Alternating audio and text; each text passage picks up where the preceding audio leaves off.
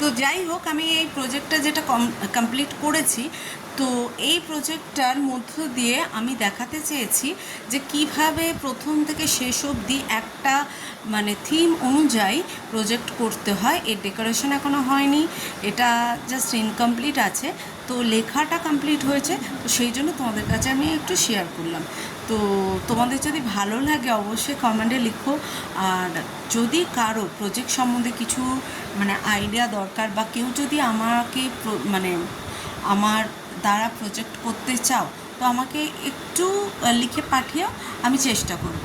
ঠিক আছে? তোমাদের তো সব স্কুলে প্রজেক্টের দরকার হয়, বাংলা প্রজেক্ট বা 5 অবধি অন্যান্য সাবজেক্টেরও প্রজেক্ট আমি করতে পারি। ঠিক আছে? আমি আগেও করেছি এবং সেইগুলো খুবই সুন্দর হয়েছে। তো সেক্ষেত্রে তোমাদের যদি কারো কোনো দরকার লাগে, তোমরা অবশ্যই আমাকে একটু জানিও। ঠিক আছে? এই করে আমি ভিডিওটা শেষ করলাম। আশা করি তোমাদের এই ভিডিওটা খুব ভালো লেগেছে।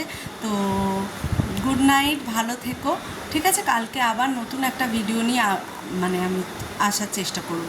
অ্যাকচুয়ালি আমি তোমাদের লাস্ট একটা কথা বলতে চাই, সেটা হচ্ছে আমি যে স্কুলে পড়াতাম, তোমাদের কাছে এইটা শেয়ার না করলে মনে হবে আমার ঘুম হবে না।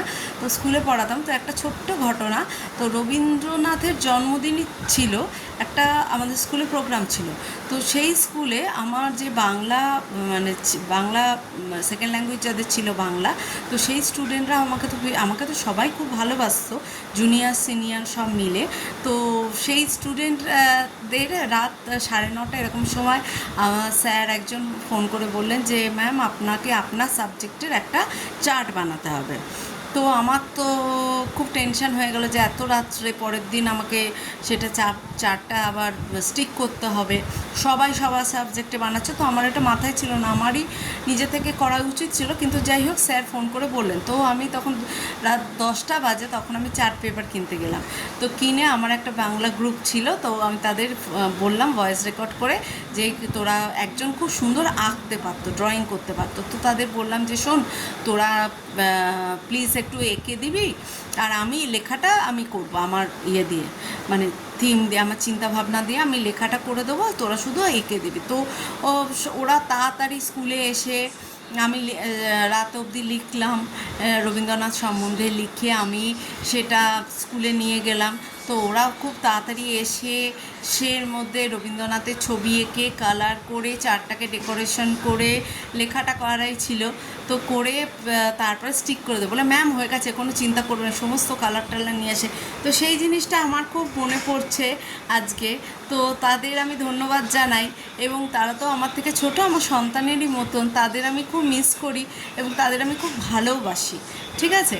তো তারা আমার কাছে সারা জীবন মানে মনে রাখার মতনই থাকবে, কারণ তাদের কাছ থেকে আমি প্রচুর ভালোবাসা পেয়েছি। তাদের কিন্তু আমি সেরকম কিছু দিতে পারিনি শিক্ষা ছাড়া, তো কিন্তু তারা আমাকে প্রচুর ভালোবাসা দিয়েছে। এবং তাদের বাচ্চারা তো ভগবানের দান, তো সেক্ষেত্রে ভগবান হয়তো তাদের মধ্য দিয়ে সেই ভালোবাসা আমার মধ্যে ছড়িয়ে দিয়েছে এবং সারা জীবন মনে রাখার মতন একটা অনুপ্রেরণা জাগিয়ে তুলেছে। তো এই বলে আজকে আমি ব্লগটা শেষ করলাম। তো আশা করি তোমাদের সবার ভালো লেগেছে, জানি না ভালো লেগেছে কি লাগেনি, কারণ আমার যখন যেমন মনে হয় সেরকমই ব্লগ করি। তো যাই হোক, আজকে অনেক রাত হয়ে গেছে। তো bye, good night, take care, তোমরা সবাই ভালো থেকো। ঠিক আছে? আর সবাইকে ভালো রেখো। ওকে, রাখছি।